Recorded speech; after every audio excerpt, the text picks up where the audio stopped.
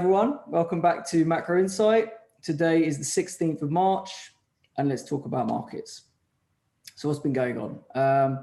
Strong bounce in markets led by tech last week as yields stabilized. Obviously yields were the big problem, particularly for the tech sector that was weighing on the market. And we had a bit of stabilization in yields and the NASDAQ took that as a cue to bounce strongly. And then despite yields kind of recovering back above that 160 level on Friday, the equity market managed to hold on. S&P eking out new highs even this week as the stimulus got passed over the weekend. And, you know, everything seems to be kind of happy days and plain sailing. Let's bring up the charts and look at it in a bit more detail. Here's kind of 4-hour chart on the NASDAQ. So it had this kind of move up to 13.1, faded a little bit as kind of yields popped back up again, and it's kind of managed to shrug that off, right? So now staging a bounce all the way up to kind of 13.250. Still looks like a bit of a topside resistance level around that 13.3 area. That's probably the next hurdle for the NASDAQ to get over if we can really see this sort of episode as being over. But looks to me to be quite an important level here on NASDAQ, yeah? So US, like I said, S&P has been particularly strong. Obviously, some of the other sectors have kind of helped it get back to its high. So that's back to like 39.75 kind of area. So eking out new highs. But if we look at the old notorious momentum indicator that I look at, not quite managing to make new highs there despite price making new highs. So first kind of bearish divergence popping up in the S&P there. Russell, similar story. So obviously the Russell's been doing okay, but you look there, momentum kind of rolling over a bit despite eking out a new high yesterday. It looks like today it's a little bit weak, down about 1%, right? So potentially some weakness. Obviously those Russell names have been doing very well with the general re-rating of the value sector and of all these kind of reopening plays. So, you know, keep an eye on that, but certainly seeing a bit of bearish divergence coming out in those US indices. NASDAQ, not the same story because obviously it's not at its highs. So divergence is when you're making new highs in price, but you're not making new highs in momentum. NASDAQ's still way off its highs up here at sort of 13,900. So not going to see that for quite some time, I would have thought. What do we look like in Europe? Obviously, DAX took out that big level at 14.2 a while ago. Accelerated, kind of stalled a bit and now managing to recover back to its local highs, but not doing it on any great momentum. So again, DAX also signaling some sort of rolling over in momentum there. DAX has been an interesting one. I mean, Europe in general has been catching a bit of a bid again on this general value rotation story. And it's, you know, Europe's got a bit of financials in it as well, and financials have been doing pretty well in general. I think I'd be wary of Europe, given the recent news that's come out on vaccinations. So, you know, the AstraZeneca vaccination has been halted across Europe because there's been some reports of it causing blood clots. So now some people are claiming that this is like a political thing where Europe's been pretty slow to roll it out and the UK hasn't been delivering, like AstraZeneca hasn't been delivering as many vaccinations as they wanted. And now they're kind of making the excuse because they haven't been able to roll out fast enough. They just say, oh, well, look, we need to halt it anyway because it's showing some signs of issues, right? But if you look at the amount of doses that have been rolled out in the UK, there's been no reports of such issues. So I don't know really what the truth is and how much of it is political sort of posturing. But that is the report that's being rolled. That is the report that's come out, and Europe has halted it across a bunch of countries, right? So something to keep an eye on. But in general, it's not great for the European vaccine rollout story, and it just means that their reopening is going to be delayed to some extent, right? And if you look at the vaccine cases as well, they have been rolling back up again in Italy and in France relative to everywhere else. So certain restrictions have been popping back in Italy and stuff like that, which is obviously not a great thing and not really what we're seeing in the likes of UK and US, right? So something to be aware of there on Europe. Again, you know me, I'm not bullish Europe generally. So I'm not buying into this rally. If anything, I see it as a bit of a shorting opportunity, right? So that's kind of thoughts on Europe. And then Asia, which had been pretty strong of late, starting to show a few cracks, right? So, you're seeing lower highs in some indices like Korea, Japan, things like that. Quick and easy way to show that here. So you got Japan there kind of bouncing, but into kind of lower highs, not really recovering to those recent highs. India kind of been stalling a little bit as well. Still not doing too badly. I think it is the favored play across EM right now, India, and remains to be. But even that pausing a little bit, right? So giving you some signs that there's a bit of exhaustion across equity markets, just broadly speaking. Yeah. But most of the weakness obviously was being led by US tech last week. And I think that story is still going to be the main driver, depending on what kind of yields do. We'll talk some more about that. So some interesting things that we've seen. So despite the recovery in equities, the MOVE index, which we had mentioned as the kind of VIX of interest rates, so the interest rate volatility benchmark, that has not really budged, right? So a chart that kind of caught my attention was this one. If we look at this chart here, you've basically got the MOVE and the VIX, and you saw kind of the spike in the MOVE, and then the VIX kind of followed suit, and that the green line below this is kind of the ratio of the MOVE to the VIX. And that has stayed elevated, very elevated, right? So as the VIX has got slammed back down, the MOVE just hasn't budged, right? So quite a stretched level of interest rate volatility, implied volatility, right? Not realized, but implied volatility. So the market's expectation of how much rates are going to move around has stayed elevated, whereas the VIX, which is the market's expectation of what equity is going to do, how much it's going to move, that's got slammed back down. So it's quite an extreme point, this. Likelihood is that, it has to kind of converge at some point. Whether that's going to be through the MOVE coming back down or the VIX spiking back up remains to be seen.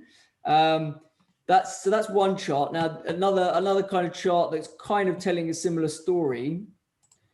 So that's a NASDAQ chart, recent NASDAQ chart versus inverted 10-year yields, right? So up until sort of, 10th, 11th of March is tracking very, very well. Then obviously you had that big move in yields, took the NASDAQ with it. And then since then, yields have kind of stayed there or thereabouts around 160, but NASDAQ's been charging on, right? So a divergence coming there again, where the equity market, particularly the tech sector, is ignoring what it has been following, which is 10-year yields. So the interest rate market and the equity market definitely telling a different story. So really the question is, who do you want to believe, right? So from my general experience, I would tend to say generally the interest rate market is a bit more sort of knowledgeable about what's going on in terms of the macro. So my money's on the fact that the rates market is probably correct, and equities is kind of smoking something at the minute in terms of being up here. In terms of what's driving equities up here, I mean, the obvious excuse would be the stimulus checks, right? Market's been anticipating that. That came through over the weekend. People are getting their $1,400 checks. So, and a lot of people were surveyed and said that they were going to pile those into the market, right? So if there's an expectation of 50% of that stimulus getting pumped into the stock market, whether it's actually happened or whether it's just expected to happen, that could be giving the market a bit of relative strength and be the reason why equities is kind of outperforming what the fixed income market is doing, basically, right? So definitely a divergence there and one to pay attention to. Bank of America do a fund manager survey every month. That came out. Long tech seems to be the most crowded trade still. So despite the tech weakness we've seen off the highs, people are still very much in that trade. What are the biggest fears? Inflation and a taper tantrum are considered the biggest risks. Bitcoin is also one of the favored longs. So we'll talk a bit more about crypto later, but that's kind of consensual positioning hasn't really changed. So, you know, something to bear in mind. Like I say, I think the retail wave of buying is most likely what's held the NASDAQ up. And also this kind of phenomenon that I always go on about into the middle of the month of expiry week, where if it's been a positive month in equities and markets have kind of been, you know, compared to where they were this time last month, if they're there or slightly higher, then there tends to be quite a lot of gamma positioning in the dealer community, right? So whether it's generally it's in the index space, so in Europe it's on the Euro stocks, and in the US it's on the S&P particularly, and that could be creating this kind of gamma pinning effect, which means that even when markets try to dip, and you look at what the price action was yesterday, where the S&P tried to go down, it didn't take long for it to get brought back up again, right? So you might have a bit of a gravitational pull in the S&P to keep it around 3950 to 4,000, if that's where the big strikes reside, which I think is the case. And then barring like a complete shocker from Powell on Wednesday, then, you know, we're probably going to be hanging around here.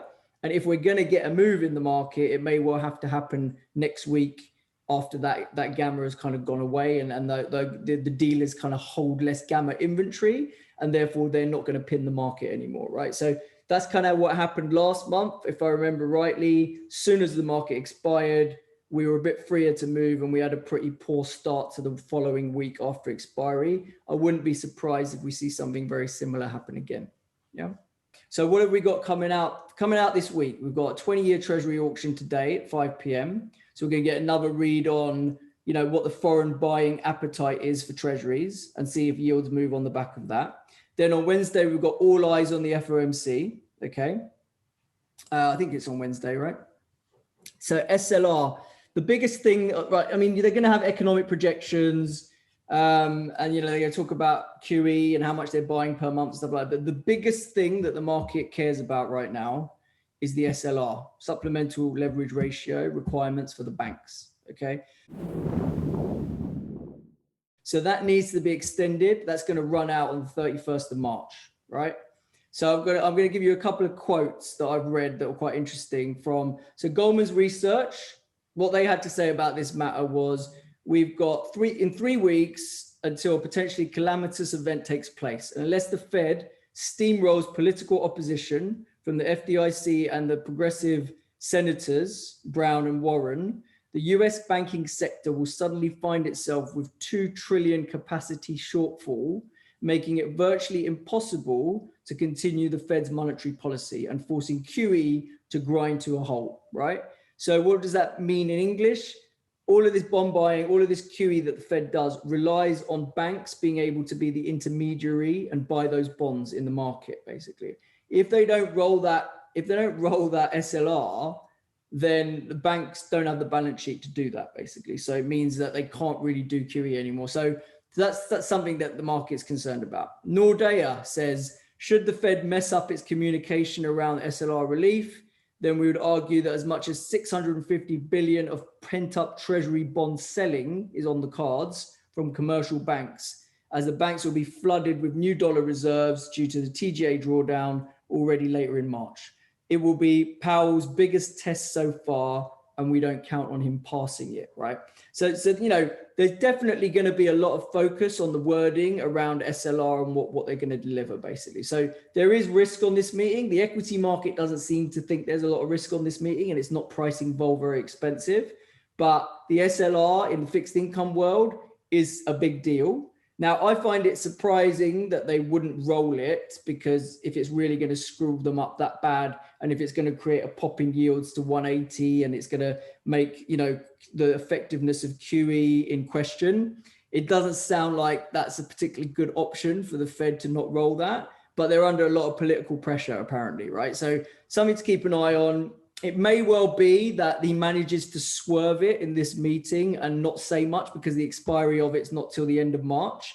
But into the end of March, there's going to be a lot of hoo-ha about this issue, and it may well be, in my opinion, even if it doesn't happen this week, yields might need to test the higher levels of like 180 or whatever to force the Fed to give what they need on this front, basically, right? So, and if we do get a push up to yields of 180 over the into the back end of March, what do you think equities are going to do? My guess is that equities aren't going to be able to ignore that. Equities have got their head around yields at 160. They're probably not going to be very happy with 180, and we may need to see 180 to make the Fed do the SLR extension, right? So that's kind of what I'm starting to think is a likely scenario and the way things might end up playing out. Yeah. All right. So in FX, what's been going on? So obviously the dollar has been pretty benign, actually, right? So when we had our risk off period, the dollar managed to get its head up to sort of 92.5.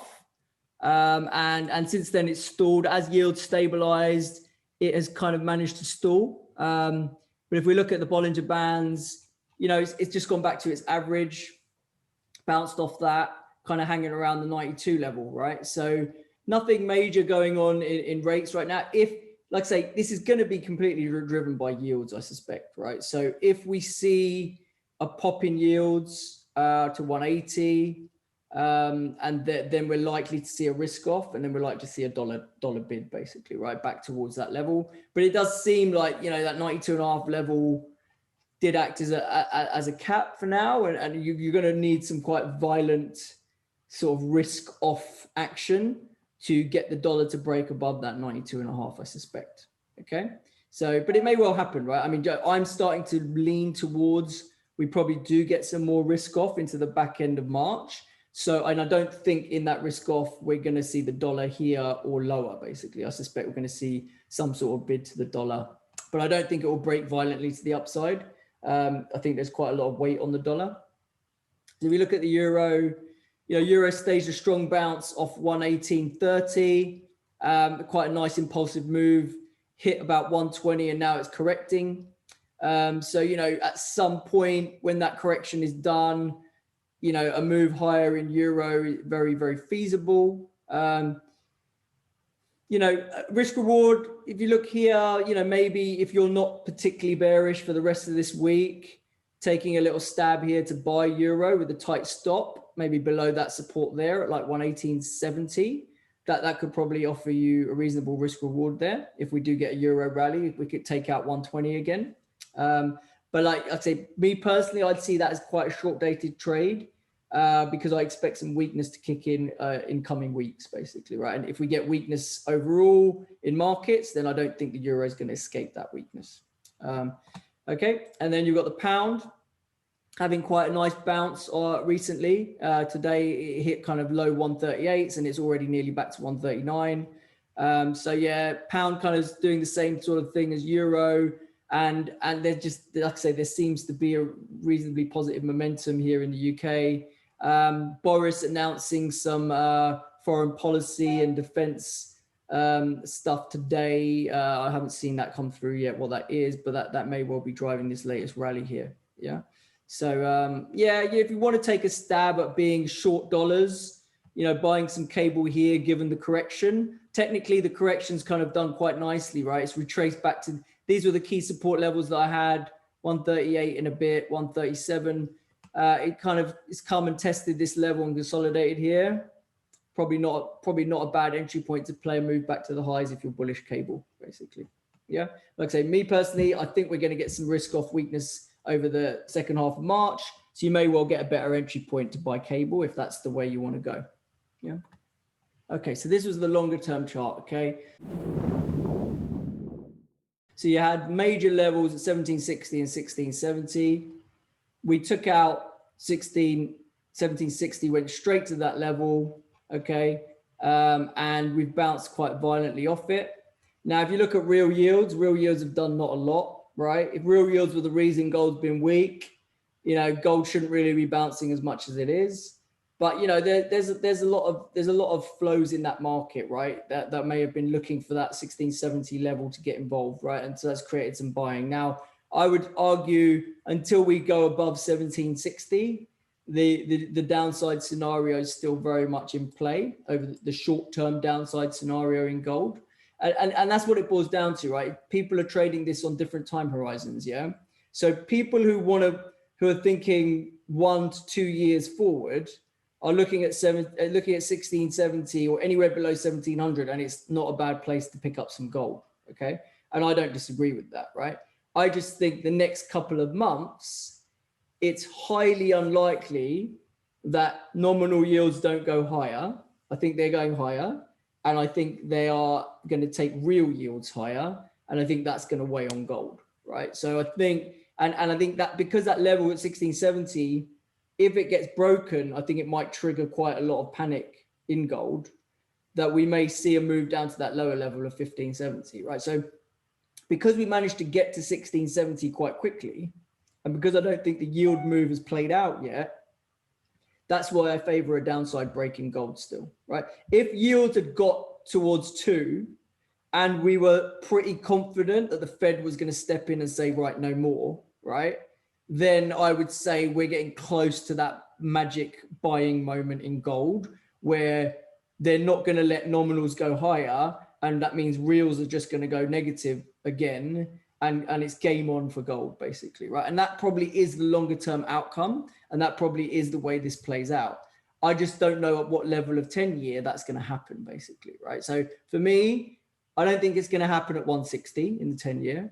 So I think the first thing the Fed has to address is going to be the SLR, right? So you're going to have to see some move in yields to trigger them to get the SLR done. And that's going to calm things down. And then you're going to get another move in yields driven by general economic activity, right? Because you're going to get big inflation data coming through over the coming months where the base effect is going to kick in, and your comparison to a year ago is going to show you major inflationary numbers, and the market's going to get spooked about inflation, and the bond market's going to sell off on that and take yields towards 2%. And when it does that, if it does that in a violent fashion, then that's going to be the next test for the Fed, and the Fed's going to have to come in and calm things down, however they're going to do that. And that might be your signal for gold finding a bottom, basically, right? So that's kind of how I see this playing out, which is what I'm using any strength in gold right now to sell into, yeah? And whilst gold stays below 1760, no stress. Now, could it pop its head up in between this range, 1760 to 1825? Maybe, but I think that would be quite a big resistance initially, that 1760, 1770 area. I expect that to kind of be on the first test at least, probably hold. But, you know, like I say, Mark, you got to kind of let the price action evolve and kind of signal to you whether your view is right or wrong to an extent, yeah? So, but right now, I'm quite happy to sell into this strength in gold, yeah? In terms of silver, that's actually underperforming a little bit today. And I think it's because, like I say, you've got this weakness in industrial commodities like copper selling off 1.5%, gold's rallying 0.5%, and silver doesn't know what to do, right? Silver's kind of getting pulled in both directions. And today it's the industrial side that's pulling it more, okay? So, but, you know, my feeling is, you know, if gold's going lower anyway, and commodity weakness is coming on the back of China, that's definitely not good for silver, right? Overall. So I think silver's definitely got some downside. You know, longer term levels that I like are 23, 22, these sort of areas. If it can manage to get as low as that, then definitely get involved on a long-term perspective. Because, you know, I definitely think it's got legs to go much, much higher once the Fed finally gets forced to step in and say, right, no more upside in yields, right? And once they do that, the thing that's going to have the real beta to the upside is going to be silver, right? Because it's going to rally with gold, but it's going to rally harder than gold, I suspect. Yeah. Okay, so that's kind of where I am on precious metals. Yeah? Thanks so much for watching, guys. If you enjoyed this video, then we'd love to have you join our Macro Insight community. Just visit www.options-insight.com and sign up for your free trial to our live and interactive weekly macro call. If you haven't already done so, please subscribe to our YouTube channel. You'll find more market updates, class highlights from our summer academy, and also video tutorials on anything from options basics to market making fundamentals. You can also connect with me directly. I'm on LinkedIn, Twitter, Facebook, Instagram. You can follow me on any of those platforms. or alternatively, feel free to send an email to inquiries@options-insight.com. Thanks a lot.